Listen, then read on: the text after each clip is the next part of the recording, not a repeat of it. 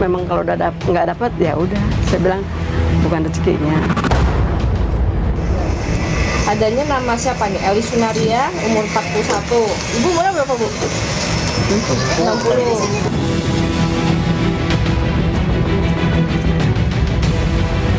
Atas nama saya pribadi, dari dulu sampai sekarang belum pernah dapat apa-apa. Saya nggak pernah nanya dan nggak pernah tahu. Memang ini PR yang sangat besar, ini yang paling menentukan, ini yang paling krusial adalah soal data. Kalau data kita makin akurat, bansosnya pasti makin tepat sasaran.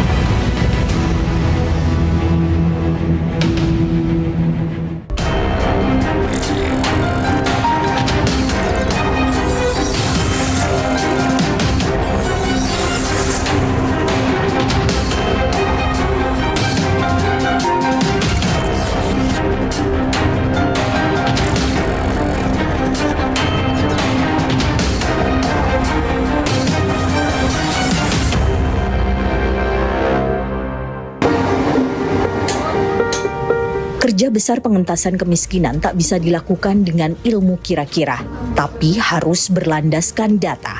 Per Februari lalu, pemerintah mengubah basis data penyaluran bantuan sosial dengan menggunakan data tunggal sosial ekonomi nasional alias DTSEN. Melalui pembenahan data, tren kemiskinan diklaim mengalami penurunan. Bagaimana realita di lapangan?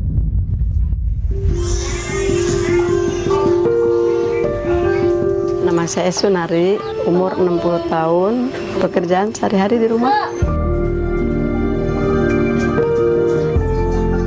Di selasar gang inilah Sunari tumbuh. Dulu, waktu Sunari masih kecil, gang yang dikenal dengan nama Gang Venus, Kecamatan Tambora, Jakarta Barat ini belum sepadat ini. Kini di usia Sunari yang sudah menginjak 60 tahun, rumahnya makin terimpit rumah para pendatang.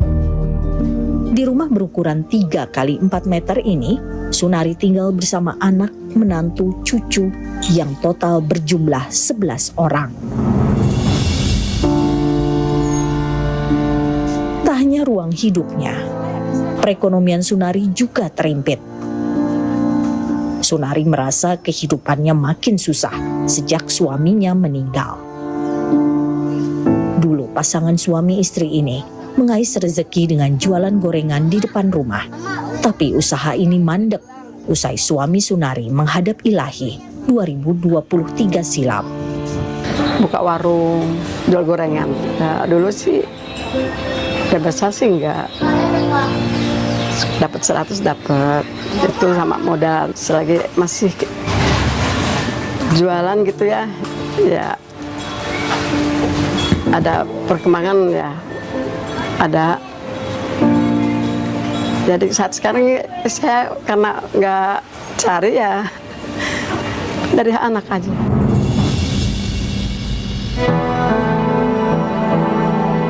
Kini Sunari tak punya penghasilan. Tiap bulan ia dikirimi Rp500.000 dari anak-anaknya. Uang itu untuk menghidupi 2 orang, Sunari dan anak bungsunya yang masih menganggur. Nominal sebesar itu jauh di bawah garis kemiskinan Jakarta yang mencapai Rp852.000 per orang per bulan.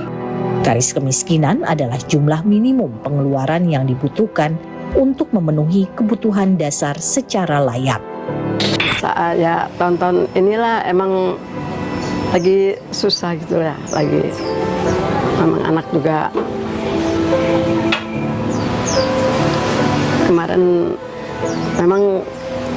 Kemarin masih kerja ya, sekarang yang bungsu itu udah nggak kerja lagi kan. Meski hidup jauh di bawah garis kemiskinan, Sunari tak pernah dapat bantuan dari pemerintah. Sunari tahu pemerintah punya program bantuan sosial untuk warga miskin. Tapi ia tak tahu apakah dirinya masuk daftar penerima. Ia hanya pasrah. Nama Sunari tak muncul di daftar penerima bansos saat kami cek di aplikasi cek bansos dari Kemensos. Aplikasi ini digunakan untuk melihat kepesertaan bantuan sosial. Iya, Pak. Adanya nama siapa nih? Eli Sunaria, umur 41. Ibu umurnya berapa, Bu? 60. Tahu juga ya, saya bilang kalau udah saya bilang nggak tercantum nama, ya udah saya nggak pernah bicara lagi sama Bu RT. Kenapa? Ada apa gitu? Enggak. Iya, cuman begitu aja. Kalau udah dapet ya mungkin bukan rezeki saya gitu loh. Udah gitu aja. Nggak pernah saya sama Bu RT. Kenapa saya nggak dapet gitu ya?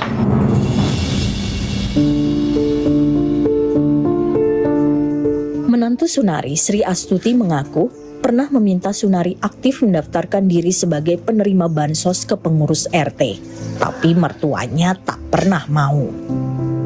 Coba aja ya, siapa tahu ada rezekinya gitu kalau udah daftar ke DTKS gitu. Cuman itu ngomongnya begitu, ngomongnya ntar kalau udah rezekinya mah pasti dikasih tahu sama RT kalau emang dari kelurahan dapat kayak bansos, apa PKH gitu, apa lansia gitu.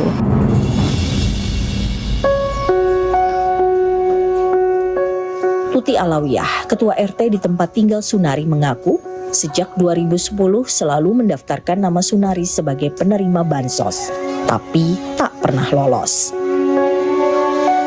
Tuti menyebut dari 80 kepala keluarga yang ia daftarkan, hanya 10 kakak yang menerima bansos. Tetap nggak ada berubah melalui DTKS, karena memang udah di-input juga. Waktu itu kan memang RT sempat mendata awal, tapi dari situ kita melalui sistem itu tidak semuanya dapat, hanya beberapa aja gitu. Nanti untuk kelanjutannya diverifikasi lagi. Terakhir kali Tuti mendaftarkan Sunari 2024 lalu melalui Sistem Data Terpadu Kesejahteraan Sosial atau DTKS. Ia menyebut belum dapat sosialisasi dari pemerintah terkait penggunaan DTSen dalam penyaluran bansos tahun 2025. Pemutakhiran data terakhir itu kapan? Ya udah lama juga sih. Tahun kemarin iya penambahan kota dari lansia, tapi mereka alhamdulillah udah dapat semua. Itu kan yang lama, data yang lama, nama-nama orang yang lama, ya udah pada cair semua sih. Saat kami mengecek pada sistem layanan terpadu Dinas Sosial Jakarta, nama Sunari memang masuk dalam penetapan DTKS tahun 2022. Artinya, ia terdaftar berhak menerima bansos. Tapi hingga kini, Sunari tak dapat bansos. Untuk mengecek status Sunari dalam data kesejahteraan nasional, Berkas Kompas mendatangi Comment Center atau Pusat Kendali di Kementerian Sosial. Mana? Ayo kita cek. Tadi itu nomornya Atas namanya Sunari, ini kakaknya yang terbaca ya di DTSen. Nah, alamat tinggalnya Jakarta Barat, Tambora. Kebetulan beliau ada di desil di atas 5. di atas 5. Jadi memang kalau di sini pasti riwayat bansosnya kosong ya. Karena memang bukan yang layak bansos berdasarkan Kepmensos 79, yang layak itu untuk PKH di 1-4, yang sembako itu 1-5.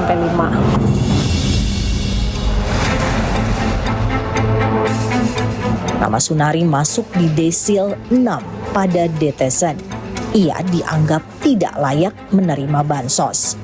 Namun kondisi Sunari yang terekam dalam DTSen jauh dari realitas. Sunari tercatat punya usaha yang bergerak di bidang perdagangan kendaraan bermotor. Pada DTSen, 280 juta jiwa penduduk Indonesia dibagi menjadi 10 kelompok yang masing-masing terdiri atas 10% penduduk. Kelompok ini disebut desil. Desil pertama adalah kelompok yang memiliki kesejahteraan terendah. Kalau masyarakat bertanya kenapa, kok saya desil 6, padahal saya masih membutuhkan gitu ya, silahkan melakukan usul pembaharuan data ekonomi, sosial ekonominya. Kami sudah siapkan aplikasi D6NG untuk menampung itu, atau di aplikasi Cek Bansos juga ada usulan pembaharuan data. Itu monggo silahkan, nanti datanya kita akan kumpulkan dan kita akan dorong ke BPS untuk dilakukan pemeringkatan ulang. Bagaimana penyaluran bansos di wilayah lain? Sudahkah akurat dan menyentuh sasaran dengan tepat? Saya sempat mikir kenapa saya Setiap bantuan ini itu nggak pernah dapat.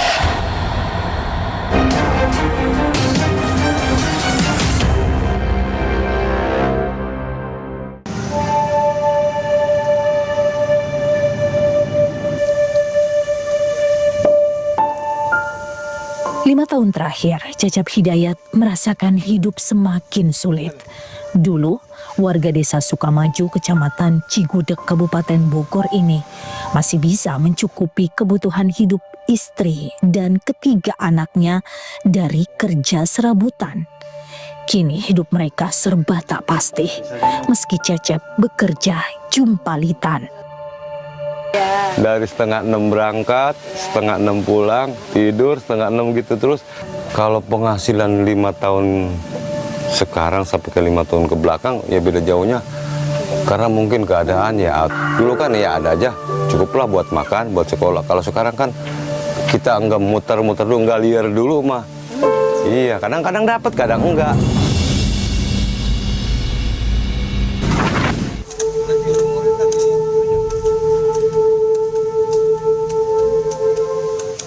Istri Cecep juga kerap bekerja untuk menambah penghasilan.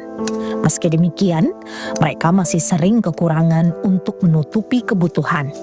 Utang pun terpaksa jadi sandaran.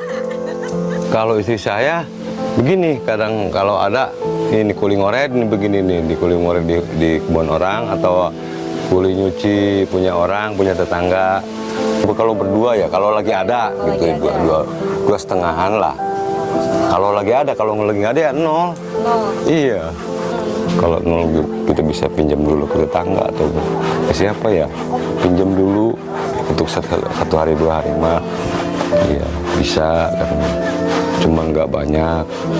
Paling ada buat ongkos sekolah atau makan satu liter beras atau sekolah berapa ya, 5.000, 3.000. Berdasarkan aplikasi Cek Bansos, keluarga Cecep merupakan penerima bansos yang terdaftar atas nama istrinya. Tapi kalau atas nama saya pribadi, dari dulu sampai sekarang belum pernah dapat apa-apa. Atas nama saya pribadi tahu. Soalnya saya nggak pernah nanya dan nggak pernah tahu.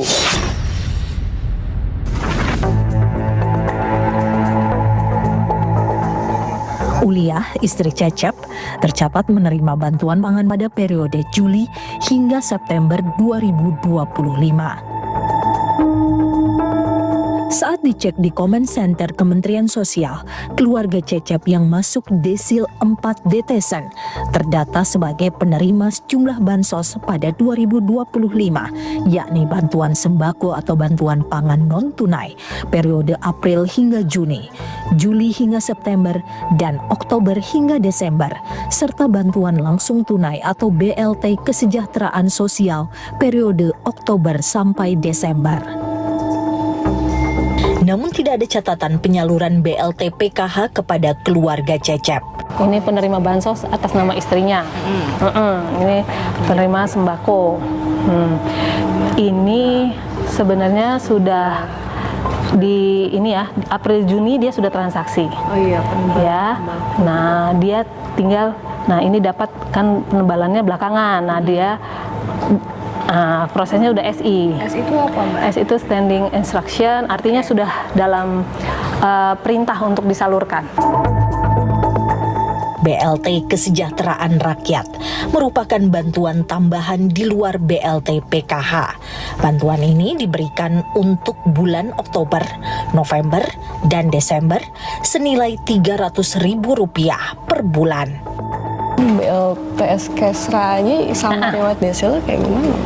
Sesuai dengan instruksi bahwa yang menerima BLTS Kesra itu adalah Desil 1 sampai 4. Karena beliau ini ada di Desil 4, artinya layak. Nah, ini sudah SI juga ya, berarti tinggal dicek. Peringkat Desil dalam data Tunggal Kesejahteraan Ekonomi Nasional mencerminkan tingkat kesejahteraan ekonomi. Berada di Desil 4, keluarga Cecep masuk dalam 40% penduduk Indonesia dengan tingkat perekonomian terendah. 4 desil terendah ini merupakan warga miskin karena berada di bawah garis kemiskinan nasional. Berbeda dengan Cecep, Sunari yang berada di desil 6 bukan dikategorikan warga miskin. Meski berdasarkan temuan tim Berkas Kompas, ia hidup dalam kemiskinan. Peringkat desil setiap warga didasarkan atas perhitungan 39 variabel sosial ekonomi yang dilakukan Badan Pusat Statistik atau BPS selaku pengelola DTSen. Untuk penyaluran bansos, data BPS lantas diverifikasi melalui pengecekan lapangan oleh Kementerian Sosial. Kan nanti datanya setelah kita kumpulkan ada verifikasi ya, ground check itu. Nah, diverifikasi dulu nih sama Dinas Sosial sama di kelurahan ya, teman-teman pendamping sosial yang ada di lapangan untuk melakukan kurator lagi. Apa hal-hal yang bisa membuat desil ini. Ada 39 variabel tuh yang dari BPS. Nah, nanti dipadukanlah ada model pemodelan khusus ya di BPS. Nah, barulah dikeluarkan peringkatnya.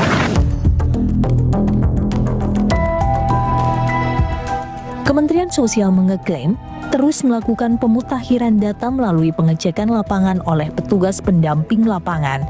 Tujuannya untuk memastikan setiap data mencerminkan kondisi nyata di lapangan. Apakah DTSen ini sudah akurat? Belum sepenuhnya. Karena ini adalah dikumpulkan dari pangkalan-pangkalan data yang ada di setiap kementerian. Baru setelah itu dimutakhirkan.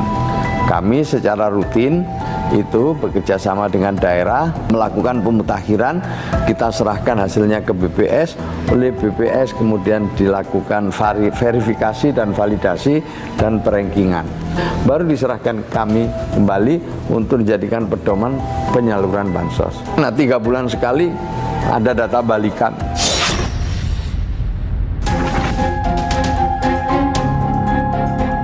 Pemerintah mengakui masih ada penyaluran bansos tak tepat sasaran.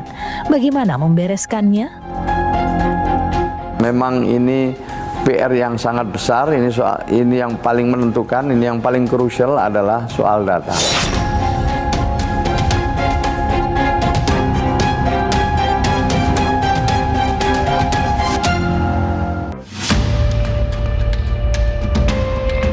Pemutakhiran data penerima bansos jadi salah satu strategi pengentasan kemiskinan. Pemerintah mencatat per Maret 2025 masih ada 8,47% penduduk miskin atau setara 23,85 juta jiwa. Targetnya, angka kemiskinan turun jadi 4,5% pada 2029 nanti. Kita tidak bisa mengentaskan kemiskinan dengan intuisi. Kita harus melakukannya dengan data dan data yang akurat. Ada 5 jenis bansos yang disalurkan pemerintah pada triwulan keempat tahun 2025, yaitu program Keluarga Harapan, bantuan pangan non-tunai, bantuan beras, program Indonesia Pintar, dan bantuan langsung tunai kesejahteraan rakyat. Memasuki November nih Pak, kira-kira bisa dipaparin nggak Pak sebetulnya realisasi untuk yang bansos untuk kayak triwulan keempat ini bagaimana Pak? Sembako dan PKH ini selama ini menyasar antara 18 sampai 20 juta KPM. PKH-nya 10 juta, sisanya itu ada yang hanya mendapatkan sembako. Kenapa kira-kira? Karena data dinamis. Ada yang meninggal, ya, juga ada yang masuk, keluar, gitu, dan lain sebagainya. Tapi ada kebijakan presiden di bidang ekonomi ya, yang dimaksudkan untuk meningkatkan daya beli masyarakat atau menjaga daya beli masyarakat. Yang kedua untuk meningkatkan pertumbuhan ekonomi, maka ditambah dan ditebalkan 35 juta keluarga penerima manfaat. Kalau diasumsikan satu keluarga 4 anggota keluarga, maka itu menyentuh lebih dari 140 juta jiwa.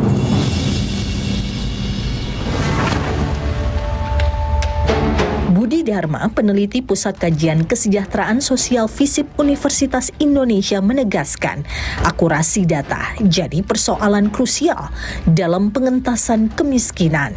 bansos itu bisa dikatakan berhasil, salah satu faktor utamanya adalah tepat sasaran itu tadi gitu kan. Baru yang kedua adalah tepat guna gitu ya. Nah, tepat guna ini nanti kaitannya dengan bentuk bantuan yang mau diberikan.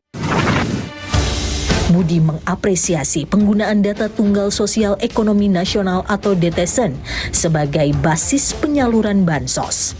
Tapi di sisi lain, verifikasi data di lapangan mendesak dilakukan. Kalau yang saya lihat ya dari DTSEN ini masih top down gitu ya. Dan memang ini jadi challenge-nya atau tantangannya ke depan gitu kan. Itu adalah bagaimana memastikan data yang memang kita punya itu gitu kan. Nah, ini seberapa akurat sih proses verval yang dilakukan oleh pelaksana program gitu kan. Budi juga menegaskan pentingnya masyarakat diberi ruang partisipasi untuk mengoreksi data penerima bansos. Mungkin orang tahu bansos gitu kan, tapi adalah sosialisasi yang perlu dilakukan ya. Jadi ruang yang lebih partisipatif bagi masyarakat gitu ya, khususnya untuk orang-orang atau kelompok-kelompok yang tadi memang sebenarnya dia kalau istilahnya kita kan ada yang kelompok exclusion error ya, artinya yang sebenarnya dia termasuk program, tapi karena kesalahan data dia tidak termasuk dari program tersebut gitu kan. Nah, exclusion error ini bisa dihindari gitu kan, artinya mereka bisa ada ruang untuk mendaftar gitu ya.